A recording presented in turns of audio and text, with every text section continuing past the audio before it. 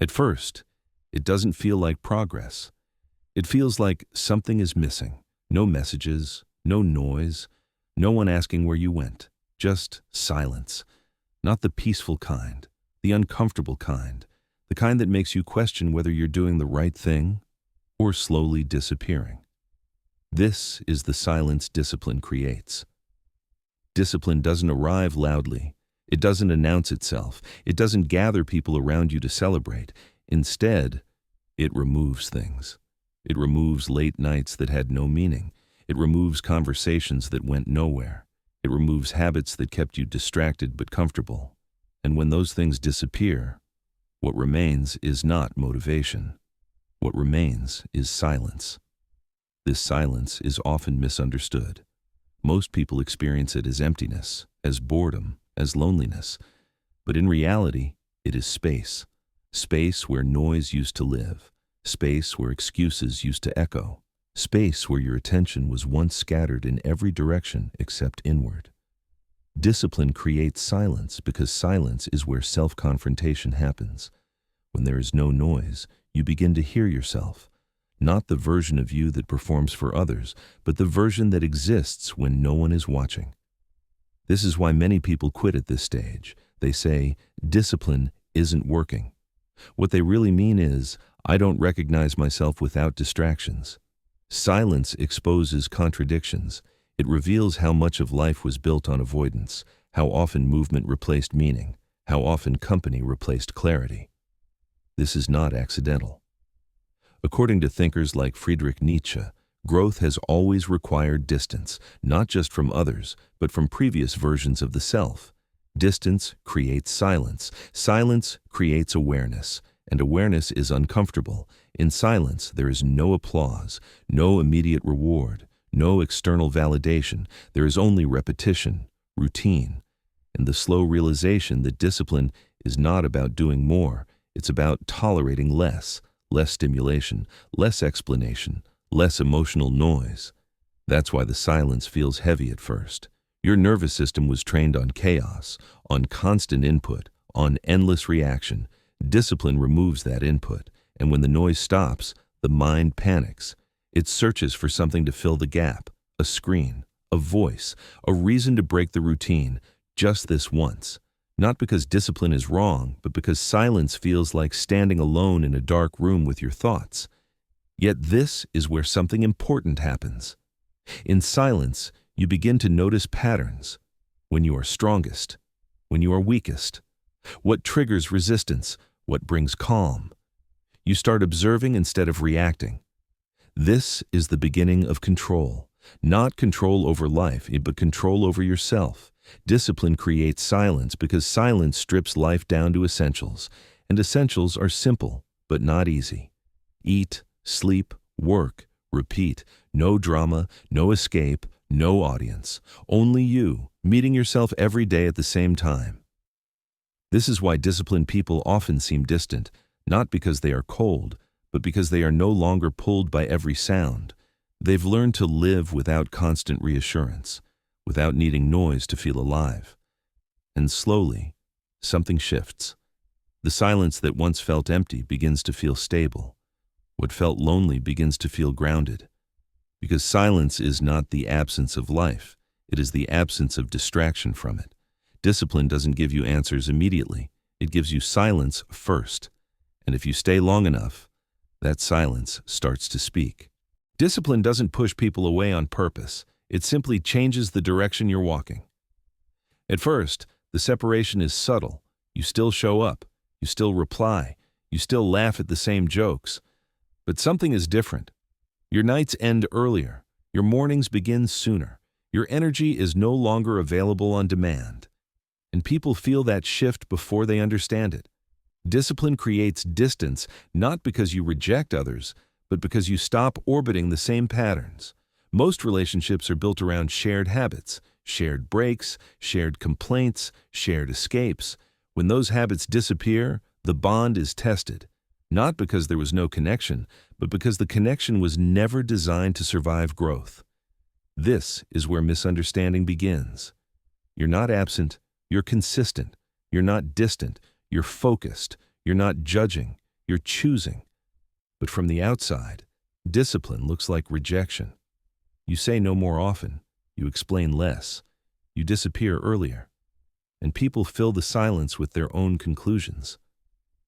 He changed. He thinks he's better now. He's too serious. He forgot where he came from. What they rarely say is the truth. He no longer needs what we need. Discipline separates you because it rewires what brings you comfort. While others find relief in distraction, you find relief in structure. While others seek connection to escape themselves, you seek solitude to understand yourself. This difference is quiet, but it's powerful, and it creates friction. Because when one person chooses discipline, it forces others to confront their own avoidance, not consciously, emotionally. Your consistency becomes a mirror. Your restraint becomes uncomfortable. Your silence becomes loud. This is why discipline often attracts resistance before respect. People are rarely threatened by your words.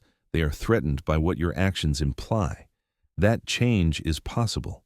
That comfort is optional. That excuses are fragile. Philosophers like Arthur Schopenhauer understood this tension deeply. He believed that clarity often isolates because most people prefer agreement over truth and comfort over self-examination. Discipline places you on the edge of the group, not outside it, but no longer fully inside it. You still care, you still listen, but you no longer participate in everything that once bonded you. Late nights turn into early mornings, small talk turns into silence, chaos turns into routine, and slowly, without conflict, the distance grows. This is not cruelty. It is consequence. Discipline demands alignment, and alignment exposes incompatibility. Some relationships adapt. They grow quieter, deeper, more intentional. Others fade, not with arguments, not with betrayal, but with missed calls, unanswered messages, different priorities. This is often the hardest part of discipline, not the effort, not the repetition, but the quiet realization that growth is asymmetrical. You cannot force others to walk at your pace, and discipline refuses to slow down to keep company. Thinkers like Friedrich Nietzsche warned about this path. He believed that becoming oneself often requires separation, not out of superiority, but out of necessity. Because becoming who you are means leaving behind who you were, and who you were had company. Discipline doesn't isolate you overnight. It separates you gradually, through routines others won't adopt, through sacrifices others won't make, through patience others won't practice, until one day you notice you are alone more often, not abandoned, not rejected, just walking a road with fewer travelers. This is not a sign that something is wrong. It is a sign that discipline is working. Because discipline does not optimize for belonging. It optimizes for becoming. And becoming has always been a lonely process. No one tells you this part. They talk about results. They talk about confidence. They talk about success, strength, control. But they rarely talk about what discipline quietly takes from you. Not in dramatic ways, not all at once, but slowly. Socially, emotionally. The first cost is comfort. You stop being available at the same times. You stop saying yes without thinking. You stop bending your schedule to fit moments that no longer align. And people notice. At first, they joke about it. You've changed. You're too serious now. You don't come around like before. It sounds harmless, playful, but underneath it is disappointment. Because discipline breaks unspoken agreements. The agreement to stay the same. The agreement to struggle together. The agreement to complain without changing anything. When you become disciplined, you silently exit those agreements. And that exit has a cost. You are no longer the easiest person to relate to. Your life becomes quieter, simpler, more structured, and simplicity makes others uncomfortable. Because chaos bonds people quickly. Structure does not. Another cost is being misunderstood. People assume discipline comes from arrogance, from judgment, from superiority. They rarely see the fear you overcame to build it, the resistance you face daily, the effort it takes to show up when no one is watching. From the outside, discipline looks cold. From the inside, it is restraint. You stop explaining yourself because explanations don't help. The more you explain, the more defensive it sounds. So you grow silent. And silence is often misread as distance. This is where the social cost deepens. Conversations change. You notice how much interaction was built on distraction, on complaining, on killing time. When you remove yourself from that rhythm, you don't just lose conversations, you lose relevance. Not because you matter less, but because you no longer participate in what fills the space. This creates an invisible gap. You're still there, but not fully included. Invitations slow down. Messages become shorter. Moments you once shared stop happening naturally. No conflict, no confrontation, just drift. This is one of the hardest truths of discipline. Growth does not ask for permission, and it does not wait for consensus. Philosophers like Arthur Schopenhauer understood that clarity often isolates. He believed that most people prefer comfort over truth and familiarity over transformation. Discipline forces truth into daily life, truth about time, truth about energy, truth about what actually matters, and truth disrupts social balance. Another cost is emotional accessibility. You become less reactive, less dramatic, less impulsive. This can look like emotional distance. You no longer vent the same way. You no longer seek validation for every frustration. You process internally. To others, it feels like you've closed a door. In reality, you've built a boundary. But boundaries confuse people who were used to unlimited access. Discipline teaches you to protect your focus, and protecting focus often means protecting silence. That silence changes how people experience you. Some feel abandoned, some feel judged, some feel irrelevant. Not because you intended any of that, but because discipline shifted the relationship without negotiation.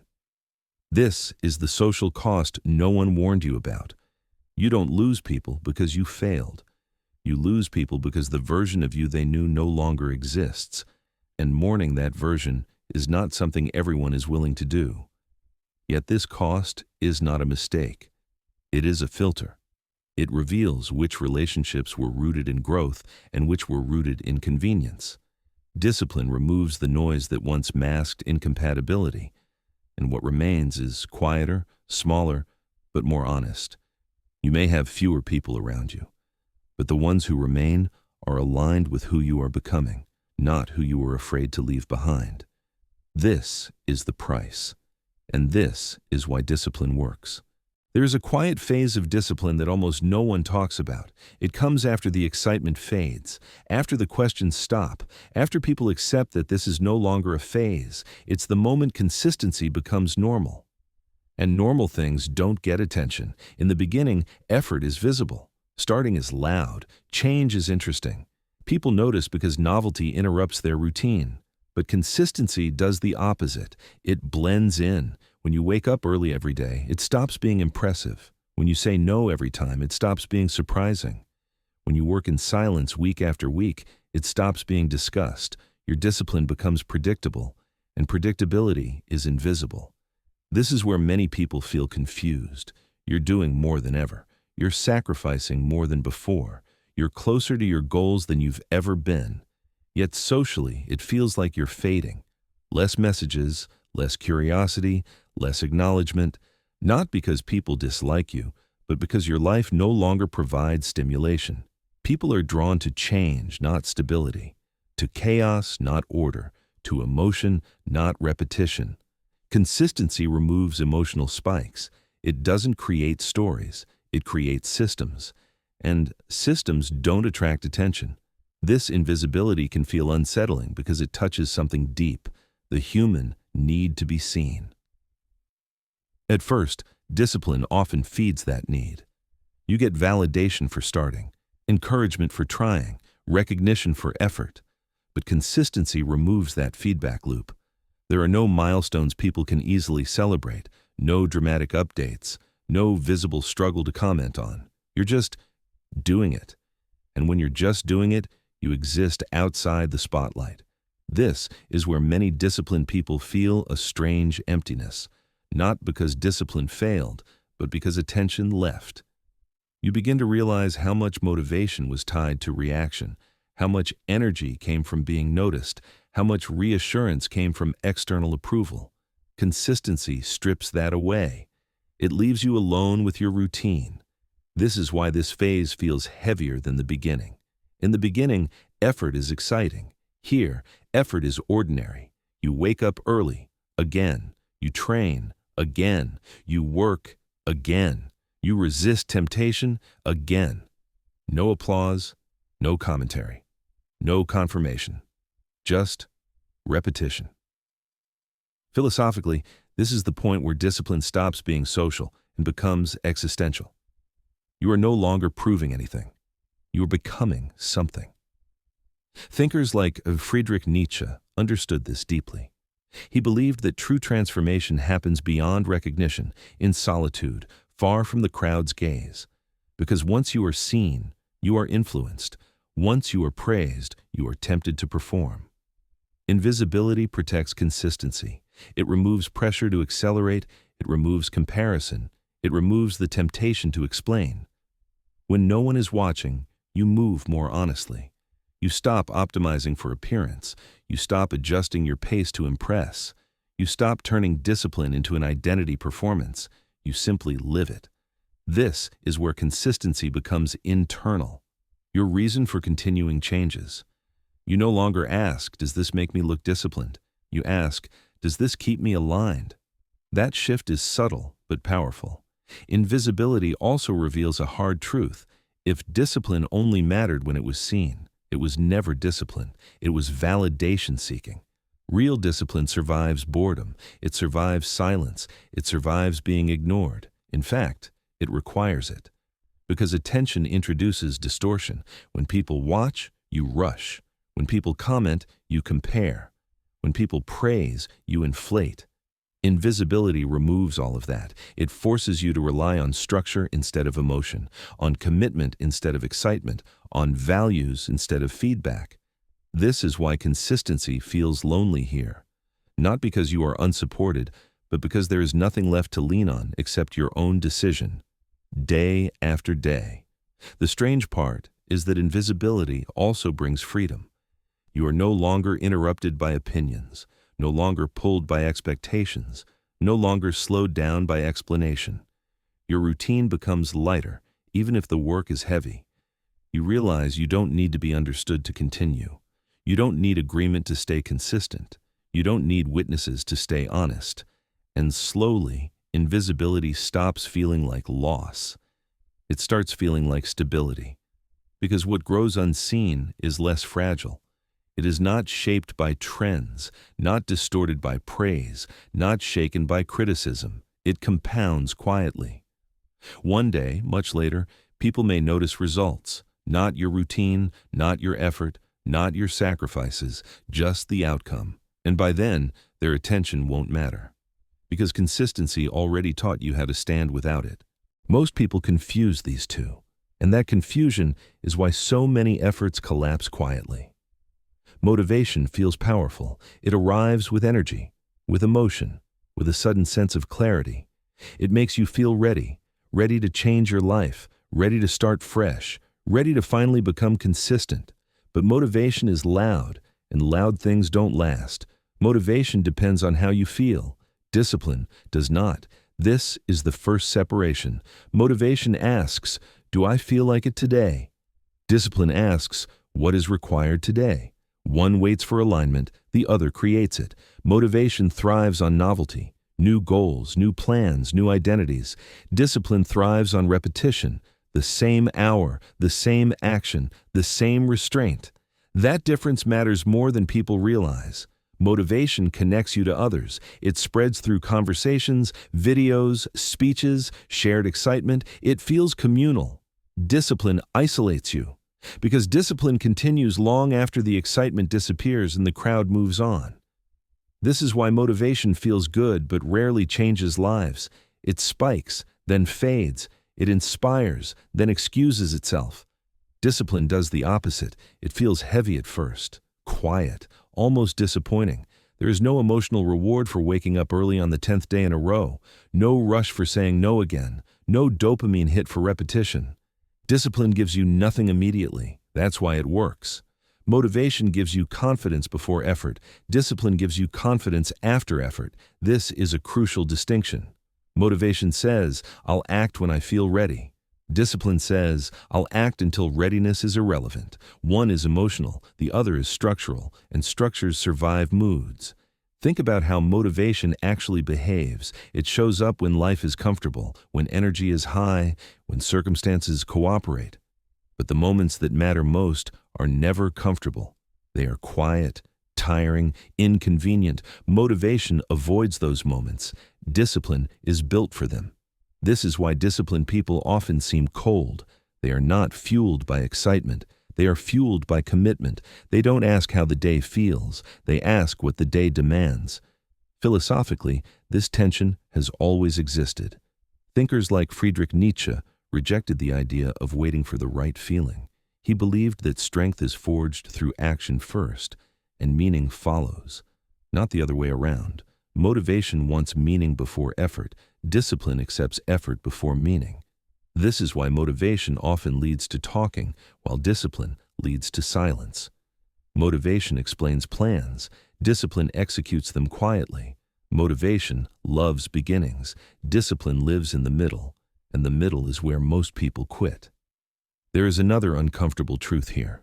Motivation often masks avoidance. People wait to feel inspired because inspiration feels safer than responsibility. As long as you're getting ready, you don't have to confront resistance. Discipline removes that refuge. It forces action without emotional permission. That is why it feels harsh. But that harshness is honesty. Discipline tells you the truth every day. You either showed up or you didn't. No story, no justification, no performance.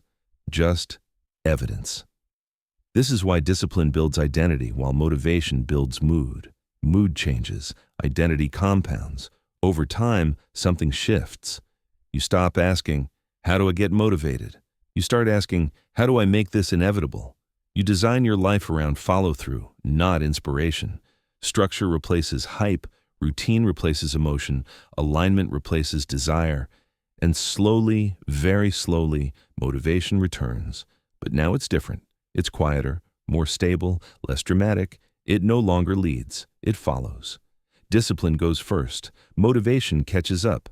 This is the reversal most people never experience.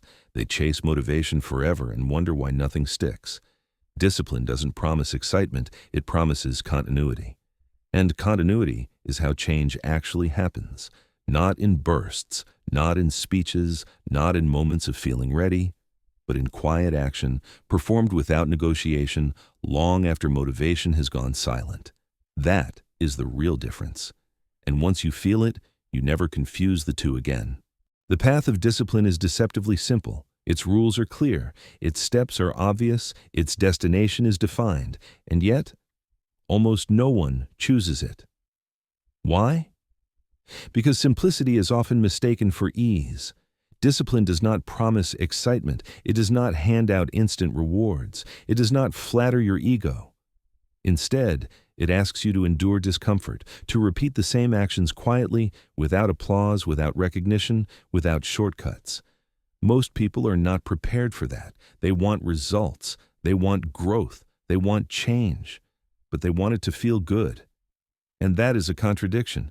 Discipline works best in silence, in repetition, in moments where effort outweighs emotion. Most people avoid it because that kind of work is invisible. It does not inspire. It does not look impressive. It does not feed the ego. It asks for patience, patience that most minds are not trained to tolerate. Even those who start the path with energy often stumble when the first tests arrive. The first week when early mornings feel unbearable. The first month when progress seems invisible. The first year when results are slow, and friends, family, and colleagues cannot see the effort you pour in every single day. Discipline strips away the distractions that once softened life. It removes habits that masked fear. It removes the company that no longer aligns with your growth. And in that removal, it isolates. Isolation is uncomfortable. It feels like abandonment, even when it is simply clarity. Most people avoid this path because discipline exposes truths we would rather ignore. It exposes how much time we wasted, how often we relied on external approval, how frequently we escaped reality with meaningless routines. It shows us where we hid from ourselves, and it is painful to confront these realities. The path also asks for consistency. It asks you to choose the right action not just once, not just when it feels convenient, but every single day, for months, years, a lifetime. Consistency is heavy, and humans are designed to seek the path of least resistance, to choose comfort over growth, to cling to familiarity. Discipline challenges all of this. It forces us to see how fleeting motivation is, how unreliable energy can be, how easily the mind invents excuses. And most people prefer the illusion of progress over the reality of work. They prefer feeling inspired over becoming disciplined. They prefer stories of change over the silent act of changing themselves. Even those who understand this intellectually often avoid the path emotionally. Because discipline requires sacrifice. It demands that you turn down invitations. It demands that you ignore distractions. It demands that you endure boredom. It demands that you accept loneliness. And loneliness is terrifying for most minds. Humans are social creatures. We are wired to seek connection, to feel validation, to avoid the weight of our own solitude. Discipline removes those crutches. It asks you to face yourself, and most people would rather face comfort, noise, distraction, and reassurance than face themselves. Discipline also demands boundaries, boundaries with time, boundaries with energy, boundaries with people, and boundaries are misunderstood. They are often seen as selfish, cold, or unnecessary. This is why relationships change. Some fade, some resist, some never understand. Most people avoid discipline because it is inconvenient socially. It threatens routines. It disrupts expectations. It exposes dependency and avoidance in others. In short, discipline isolates you. It forces clarity, and clarity is uncomfortable. The path also filters intention. It separates those who are willing to endure discomfort from those who are not. Those who are willing to work quietly from those who need applause. Those who are willing to face reality from those who cling to illusions. Most people choose illusions because illusions are easier, because illusions are entertaining, because illusions do not demand change. Discipline demands change, and change is difficult.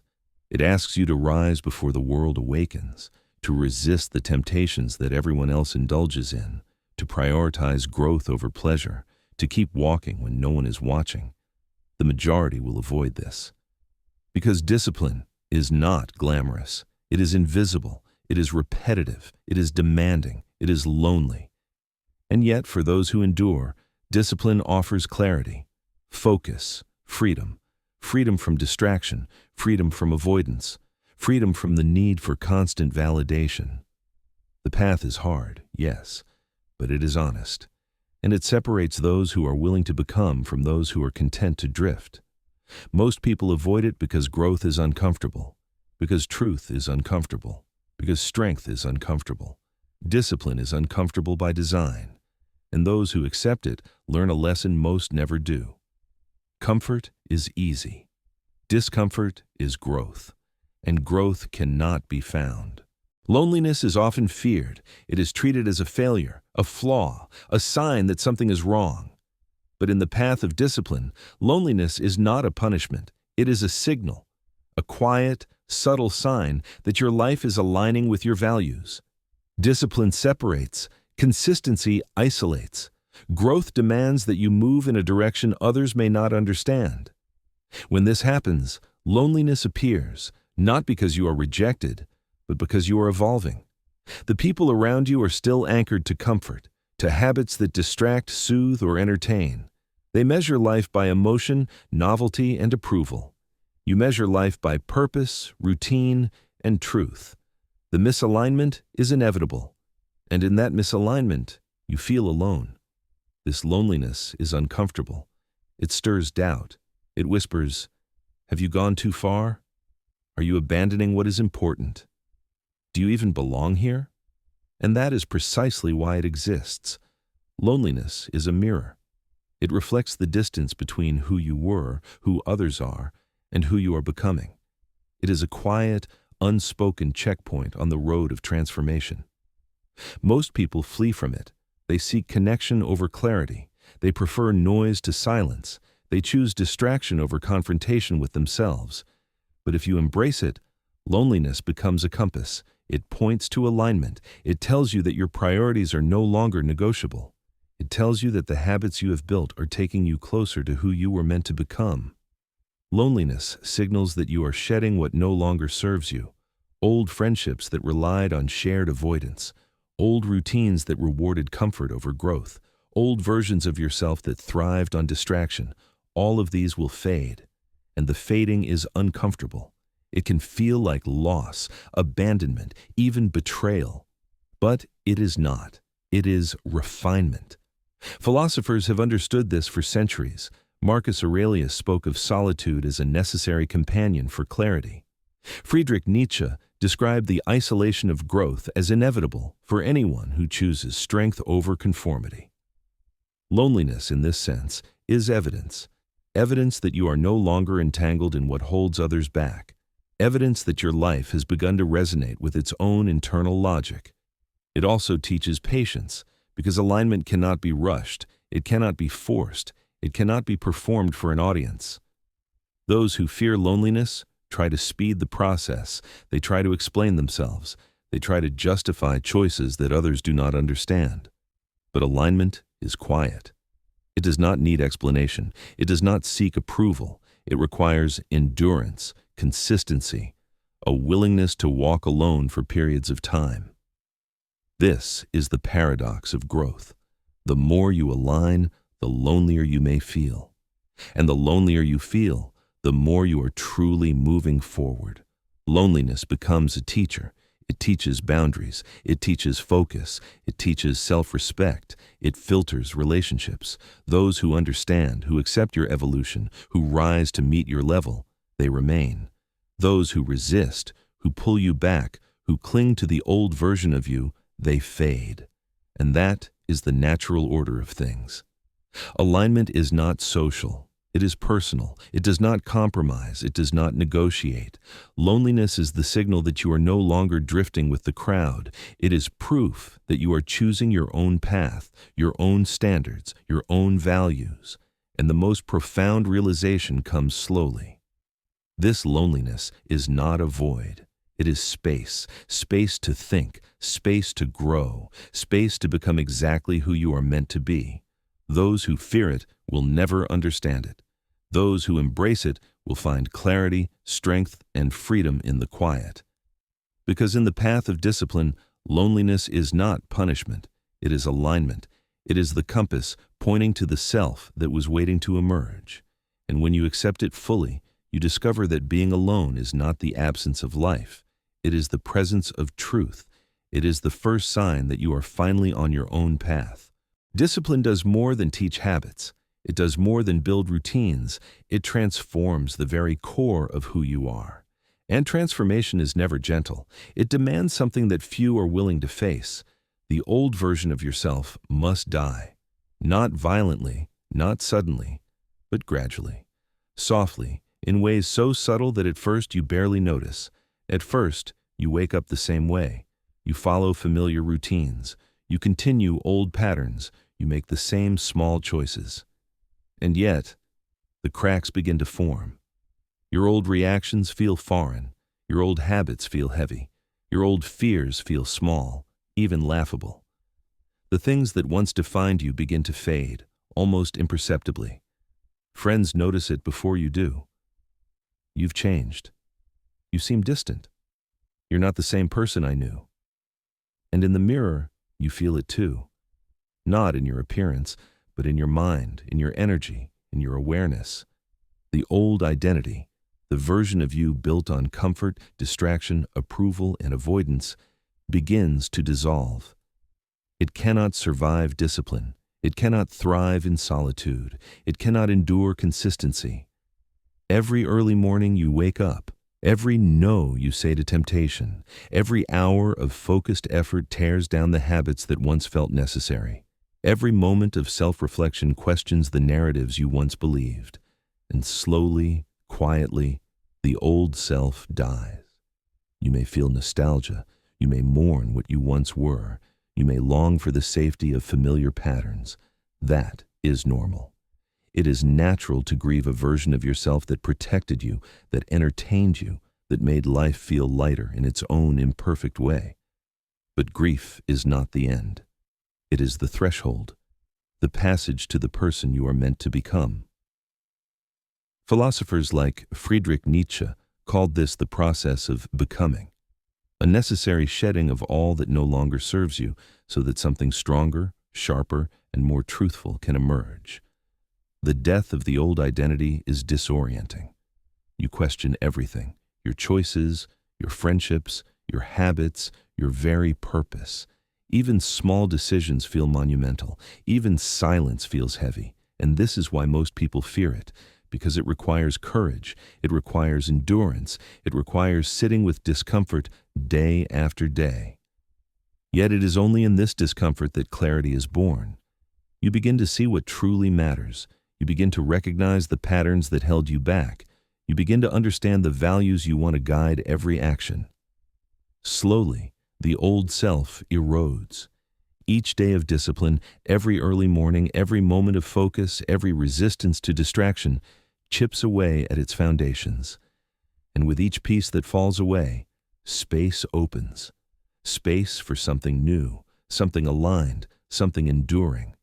The new self emerges quietly, invisibly, not seeking recognition, not performing for applause, not reliant on comfort or validation. It is built on truth, on alignment, on growth, on consistency. The death of the old identity is not a loss. It is liberation, freedom from habits that held you hostage, freedom from people who demanded your energy without alignment, freedom from the illusions that once defined your life. And as the old self fades, the new self rises, stronger, quieter, more resilient. This process is invisible to the world. It cannot be rushed. It cannot be explained. It cannot be measured by applause. And that is the point. Because discipline is not about recognition. It is not about admiration. It is about becoming. It is about creating a self that endures discomfort, resists distraction, and acts consistently, even when no one is watching. The death of the old identity may feel lonely, but it is essential. Without it, you cannot grow. Without it, you cannot align with your values. Without it, you cannot step fully into the life you are capable of living. You are not losing yourself, you are finding yourself. And slowly, in the quiet repetition, in the lonely mornings, in the moments no one notices, the new self takes root.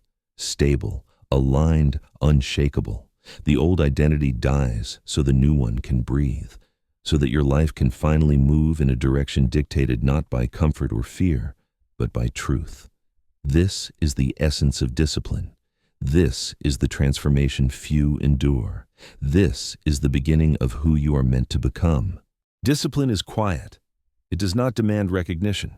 It does not wait for praise. It does not seek applause. And yet, this is one of the hardest lessons to learn. At first, the world notices. Early progress is celebrated. Friends comment. Family congratulates. Even strangers acknowledge effort. But consistency removes spectacle. Routine removes drama. Silence removes applause. The more you live by discipline, the less the world applauds. And this can feel unsettling. It can feel lonely. It can make all your effort seem invisible. You begin to wonder, does it even matter? Am I doing this for the right reasons? Is it worth it if no one sees?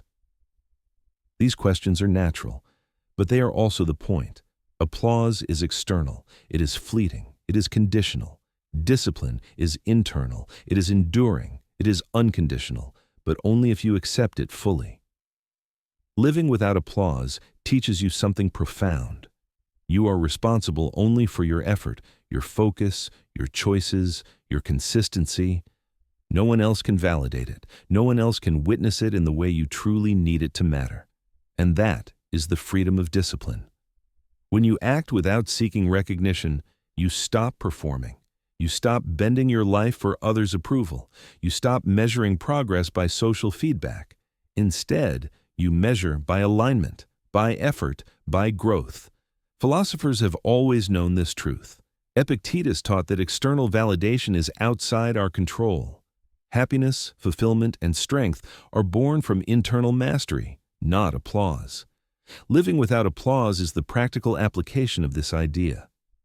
It is uncomfortable at first, because humans crave acknowledgement. We are wired to respond to attention, to approval, to the subtle reassurance that we matter. But discipline requires that you endure silence, and silence has a clarity all applause cannot provide. When no one notices, you are free to do the work that matters, not the work that impresses, not the work that entertains, not the work that earns approval, just the work that builds character, skill, and alignment. This stage of discipline separates the performative from the authentic. Those who quit when recognition fades were never building themselves, they were building perception. Those who endure continue in quiet. They act not because someone sees, but because they have made a commitment to themselves. And in this quiet, invisible labor, something profound happens. You begin to trust yourself. You begin to rely on your own standards. You begin to realize that no external applause is required to justify your effort. Living without applause is not loneliness. It is independence. It is resilience. It is freedom from the chains of approval. The moments when no one notices are also the moments when your discipline strengthens. Each unnoticed early morning, each resisted temptation, each quiet choice that aligns with your values. They accumulate silently, building a foundation no external recognition can shake. And eventually, results appear. Not suddenly, not as a spectacle, not for anyone else, but because your effort, repeated quietly, compounded over time, has transformed reality. By then, you may notice something remarkable. The need for applause diminishes entirely. It becomes irrelevant. It no longer influences your choices. It no longer dictates your pace. Living without applause teaches the ultimate lesson of discipline. You are sufficient. Your effort is sufficient. Your consistency is sufficient. And the world's recognition, while pleasant, is optional. This is the power of living without applause. You become immune to distraction. You become unshakable by opinion. You become free to grow, to create, to align with your true self. And paradoxically, the quieter your work, the stronger it becomes. Because what grows in silence is unbreakable, invisible to most, indestructible to all. Discipline lives here, not in applause, not in recognition, not in fleeting admiration, but in the unrelenting commitment to act even when no one is watching, even when no one cares, even when it feels invisible. And that is the stage where transformation becomes inevitable. At first, discipline feels lonely. Consistency feels isolating. The quiet that accompanies growth can feel heavy, even unbearable. You wake up early. You work while others sleep. You resist the temptations everyone else indulges in. You say no when everyone else says yes. And slowly, the world seems to pull away, leaving you with yourself. And that is terrifying. Because humans are wired for connection. We seek validation. We crave recognition. We fear the silence that comes with being alone. But there is a subtle transformation that occurs when you endure it long enough. When you stop fearing the silence, when you stop needing applause, when you stop relying on others to define your worth. The loneliness begins to change. It softens. It shifts from weight to space. Solitude becomes not an absence, but a presence of clarity, a presence of understanding, a presence of yourself. When you are alone, without distraction or noise, you begin to hear the truths you have ignored. The subtle voice of your values, the quiet guidance of your priorities, the small, persistent whispers of what matters most. And in that hearing, a remarkable thing happens. Solitude begins to feel like peace. The mind, once restless, begins to settle. The constant pull of external demands, of social expectation, of validation, begins to fade. You realize that you do not need anyone's permission to live fully. You do not need applause to know your worth. You do not need distraction to endure discomfort. This is the stage few reach, because it requires patience, endurance, and trust. Patience to sit with yourself. Endurance to continue when no one is watching. Trust that your path, though unseen, is meaningful. Philosophers like Epictetus and Marcus Aurelius spoke of solitude as a teacher, not a punishment. They understood that the greatest clarity, the truest understanding of life, comes when the mind is free from distraction, free from expectation, and free from external noise. Discipline brings you here, step by step. Each morning you rise alone. Each choice you make quietly aligns with your values.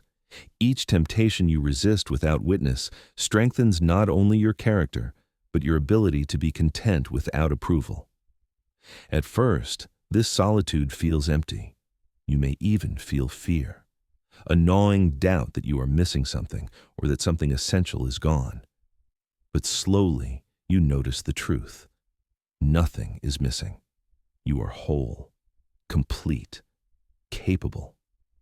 Solitude transforms your relationship with yourself. The person who once required constant distraction begins to enjoy stillness. The mind, once restless, finds rhythm. The heart, once seeking validation, learns self-approval. Peace is not a sudden event. It is a gradual accumulation, a quiet understanding that your worth is intrinsic, a freedom that comes from knowing that you are aligned with yourself, no matter what the world says. This peace allows you to move through life differently. Decisions become clearer. Emotions become steadier. Presence becomes natural. And paradoxically, when solitude becomes peace, you are no longer lonely, even in a room full of strangers. You are not alone, because your own company is enough. Your alignment, your discipline, your quiet effort becomes a companion more faithful than any applause. You begin to realize the world will not always notice. People may never understand. Recognition may never arrive. But none of that matters, because peace, once found in solitude, is unshakable. It does not depend on circumstance. It does not depend on approval. It does not depend on attention. Discipline leads you here. Consistency carries you here. Living without applause prepares you for this. And in this quiet, invisible space, you discover the final gift of the path: freedom, clarity, self-mastery, a deep, unmovable, enduring peace. Solitude is no longer a punishment.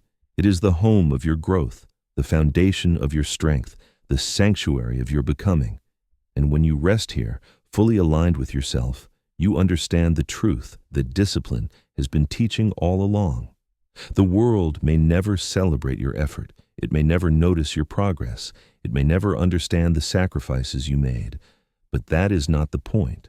The point is that you have become, you have transformed, you have aligned, you have endured, and in that endurance, in that alignment, in that silent, solitary effort, you have discovered peace. Discipline is often mistaken for rigidity, for control, for tension, but its true power is subtler, quieter, more profound. It is not a loud strength that demands attention. It is calm, measured, unshakable. When you practice discipline day after day, you begin to notice changes in yourself. Not dramatic changes that the world can see, not sudden leaps of ability or fortune, but a quiet steadiness that permeates everything you do. Your mind becomes less reactive, your emotions less volatile, your decisions more deliberate. You stop being pulled in every direction. You stop chasing every distraction. You stop seeking constant approval. This calm strength is not flashy. It does not seek applause. It does not need recognition. It simply exists, like the deep roots of a tree that stand firm through every storm. The first sign appears in your mornings. Waking early is no longer a struggle. You rise with intention, not with obligation. You begin your day grounded, focused, aware. Then it shows in your actions. Every choice is measured, every resistance deliberate. You act not out of reaction, but out of purpose. Discipline shapes patience. It teaches endurance. It builds resilience in silence.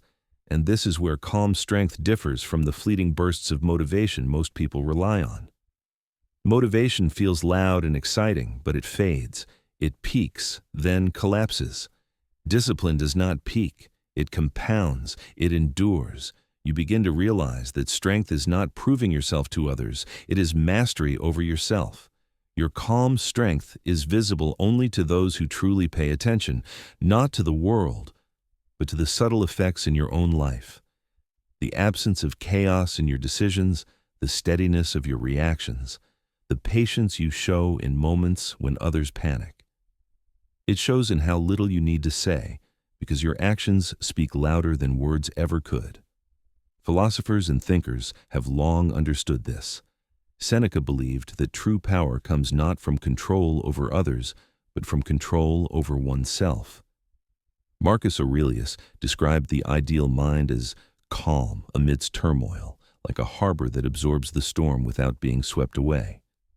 This is the strength discipline builds, not arrogance, not flash, not intimidation, but quiet authority, steadfastness, an internal equilibrium that cannot be broken by circumstance, opinion, or distraction.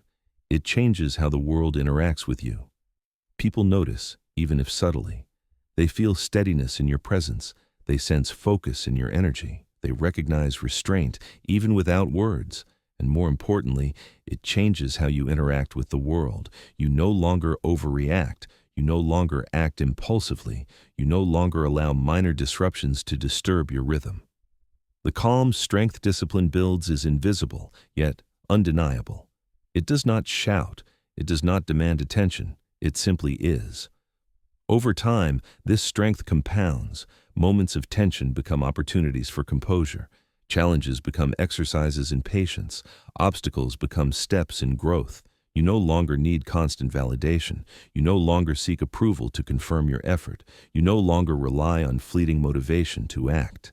Calm strength emerges when solitude, consistency, and discipline converge. It is the quiet force that moves silently, yet transforms everything. This is the ultimate reward of discipline, not recognition, not applause, not fleeting excitement, but a power rooted in peace, a mastery anchored in purpose, a strength that is calm, enduring, and unstoppable. And when you live in this strength, you begin to understand a deeper truth. Discipline is not about doing more. It is about becoming more, more steady, more aware, more aligned, more alive.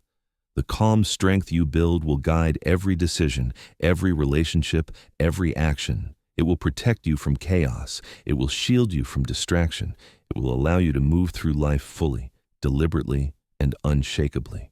And the world, whether it notices or not, will feel the impact of your calm, unwavering presence.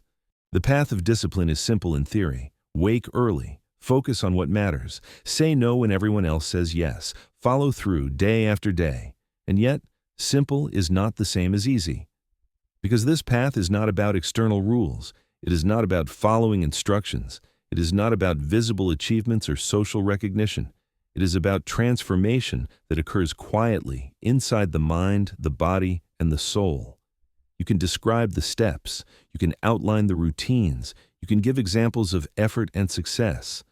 But the lived experience, the feeling of waking before the world stirs, the quiet weight of repetition, the subtle erosion of the old self, the small victories that no one sees, that cannot be translated into words.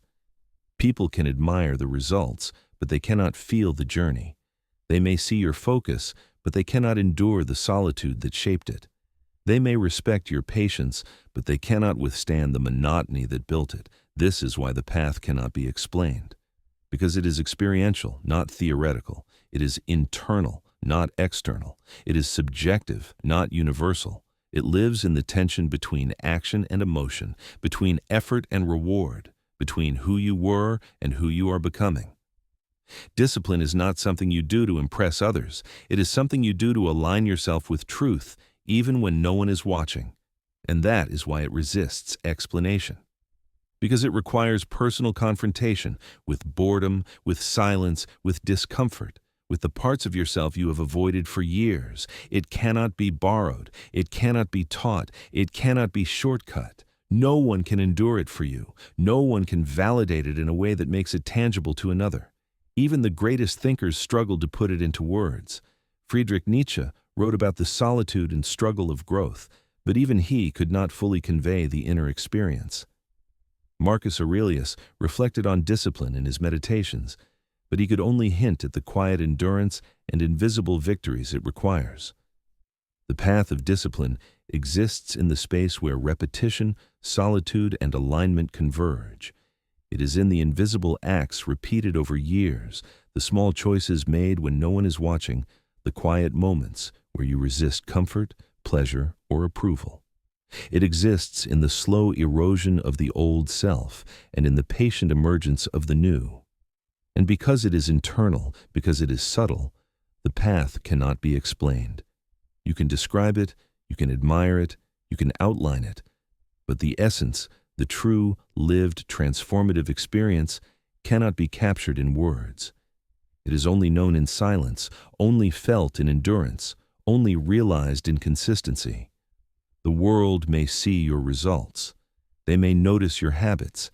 They may acknowledge your achievements. But they will never fully understand the journey. They will never see the lonely mornings. They will never feel the invisible victories. They will never experience the subtle death of the old self. They will never sit with the discomfort of doing the right thing for months, years, decades, without recognition, applause, or validation. That is why the path cannot be explained. It is not meant to be explained. It is meant to be walked, step by quiet step, day by day, moment by deliberate moment. It demands endurance, patience, and trust. Endurance to continue when no one sees. Patience to keep going when progress feels invisible. Trust that your effort, compounded over time, will shape not only your actions but your very identity. This path transcends logic, emotion, and explanation. It exists in a space deeper than words can reach, where effort becomes habit, habit becomes character, and character becomes alignment. And eventually, after years of quiet persistence, you begin to understand something remarkable. The journey was never about explanation. It was never about applause. It was never about being seen. It was about becoming steady, becoming aligned, becoming the person you were meant to be. And the truth reveals itself slowly, quietly, imperceptibly. The path cannot be explained because it is yours alone. It cannot be shared because it cannot be lived for anyone else. It is only known through experience, only understood through endurance, only felt in the silence of consistent action. The rest, words, advice, admiration, recognition, are distractions. They are echoes of a world that cannot know what you endure. And when you finally accept this, you also accept freedom. Freedom from the need for validation, freedom from explanation, freedom from the world's misunderstanding. The path was never about being understood. It was always about becoming. And that becoming, when lived fully, cannot be explained, cannot be duplicated, cannot be borrowed. It can only be embraced, step by step, moment by moment, in quiet persistence, silently, endlessly, relentlessly. This is the essence of discipline. The path of discipline is rarely recognized. The choices you make, the sacrifices you endure, the quiet effort you invest, these are invisible to the world. And because they are invisible, they are often misunderstood. Friends may question your priorities. Family may doubt your methods. Colleagues may shake their heads at your restraint. Even strangers may judge what they cannot see. At first, this misunderstanding feels heavy. It feels unfair. It feels isolating. You may try to explain yourself, to justify your choices, to defend your focus and consistency. But soon you realize something vital. No one can truly understand your journey. No one can endure your solitude for you. No one can carry the quiet labor that shapes you. Discipline is personal. Consistency is personal. Growth is personal. And when something is personal, it cannot be fully explained, no matter how much you try.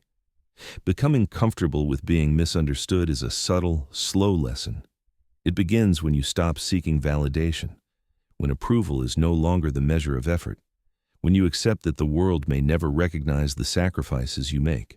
The people around you will interpret your choices through their own lens. They will see only the surface, not the silent hours, not the internal struggles, not the alignment that guides your every action, and this is natural. They do not know your purpose. They do not feel your focus. They do not witness the small, invisible victories that compound over time. When you accept that, you begin to move differently through life. You stop explaining. You stop justifying. You stop bending your reality to meet the expectations of others. Being misunderstood becomes less of a burden and more of a confirmation that you are walking your own path, that your life is aligned with your values, that your discipline is working quietly, invisibly, internally. Philosophers have always noted this truth. Friedrich Nietzsche wrote of the solitary individual, whose vision is often too advanced, too deliberate, too different for others to comprehend. Marcus Aurelius reflected on the inner life of the disciplined mind, understanding that the judgments of others rarely reflect reality, only perception. When you become comfortable with being misunderstood, you also embrace freedom. You are no longer tethered to external approval. You're no longer distracted by criticism or doubt cast by others. You are free to act in alignment with your own standards, free to choose effort over recognition, free to grow quietly, steadily, unshakably. This comfort does not come instantly. It emerges slowly, after repeated practice of acting in silence, after long stretches of work without applause, after months and years of consistency that the world cannot see. And as you become comfortable with being misunderstood, you begin to understand another subtle truth. Most judgment stems from projection. People interpret your discipline through the lens of their own habits, fears, and comfort zones. They fear what they cannot understand. They resist what challenges their complacency. They criticize what they themselves are unwilling to endure. Their misunderstanding is not a reflection of your choices. It is a reflection of their own limitations. When this realization settles in, you stop being burdened by their opinions. You stop attempting to force understanding. You stop explaining the unexplainable. Because discipline, growth, and alignment are not for approval. They are for the self. They are internal, intimate, profound. And in this acceptance, you find peace. The peace of knowing that your path is valid, even if unseen, even if unrecognized, even if misunderstood. The freedom to act without applause, to endure without witness, to grow without explanation, becomes a quiet superpower. And in the silence of being misunderstood, you discover clarity, you discover strength, you discover alignment, you discover yourself. This is the final gift of the disciplined life, the ability to live fully, quietly, and unshakably without needing the understanding or approval of the world. And once you embrace it, misunderstanding no longer isolates you. It confirms that you are walking your path and nothing else matters. The world is full of noise, endless chatter, constant distraction, unrelenting demands on your attention. It starts subtly. A notification here, a message there. A constant pull to look outward instead of inward. A habit of seeking approval, validation, recognition. A life measured by what others see, hear, or think. And slowly, almost imperceptibly, the noise grows louder. It fills every space, every thought, every moment. You barely notice it anymore because it has become your rhythm. But discipline, consistency, and intentional living ask something radical. They ask you to turn inward. They ask you to embrace silence. They ask you to endure the absence of applause, distraction, and external validation. At first, this silence is uncomfortable. You feel exposed. Your mind stirs. Old fears, insecurities, and doubts rise to the surface. The familiar comfort of distraction feels absent, and you confront yourself fully, without filters, without excuses, without external noise to mask the truth. It is terrifying at first, and many flee at this stage. They fill the quiet with chatter, scrolling, fleeting pleasures, anything to avoid the confrontation with themselves. But if you endure, if you persist, if you continue quietly, step by step, something remarkable begins to emerge. When the noise disappears, you begin to notice what has always been there. Not the distractions, not the opinions of others, not the applause or recognition you longed for. You begin to see the structure beneath the chaos. You begin to see your own patterns, the habits that serve you, the habits that betray you, the choices that align with your values, the choices that pull you away from your purpose. You begin to hear your own voice, the one you buried under noise and distraction, the one that speaks slowly, steadily, persistently. You begin to sense the quiet rhythm that has been building inside you, unnoticed for years, strengthened in moments of solitude, patience, and consistency. This is the revelation that discipline offers. It is not found in applause. It is not found in recognition. It is not found in the fleeting satisfaction of the world's attention. It is found in the quiet accumulation of effort, in the invisible victories repeated over months and years, in the calm, consistent actions that slowly reshape your mind, your body, your character.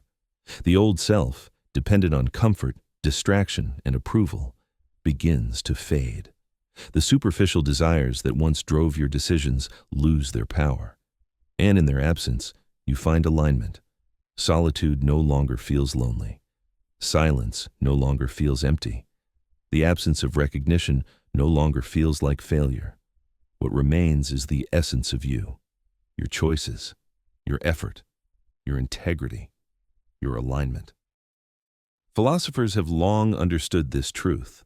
Marcus Aurelius wrote that the mind that relies on itself is unshakable, even as the world rages outside. Epictetus taught that virtue, effort, and character are the only things truly within our control, and the only things that endure. When the noise is gone, you realize that everything external is temporary. Fame, applause, judgment, recognition, distraction, all of it is fleeting. What endures is effort repeated quietly. What endures is character built invisibly. What endures is alignment with your own truth. And in this realization, a profound peace emerges. You no longer measure your life by the world's standards. You no longer chase validation. You no longer bend to the rhythm of distraction. Instead, you move in alignment with your own values. You act with clarity. You resist impulse. You endure discomfort with quiet confidence. The moments of silence become a sanctuary. The absence of applause becomes freedom. The lack of recognition becomes a mirror, reflecting not what the world wants you to be, but what you have always had the potential to become. And slowly, you notice something extraordinary. The world's noise fades not because it changes, but because it no longer affects you. You are no longer pulled by the currents of opinion or expectation. You are no longer distracted by the fleeting desires of others. You are steady, focused, unshakable. Discipline has built an internal fortress. Solitude has become a teacher. Silence has become a guide. What remains when noise is gone is not recognition. It is not applause. It is not distraction. It is you, fully present, fully aligned, fully alive. And in this quiet presence, the reward of the disciplined life is revealed. You are free from distraction. You are free from comparison. You are free from the world's misunderstanding. You are capable of endurance. You are capable of clarity. You are capable of alignment. And the peace that comes from this is unshakable. It does not depend on circumstance. It does not rely on approval. It does not seek attention. It exists because you have built it, quietly, invisibly, deliberately. Discipline is often misunderstood.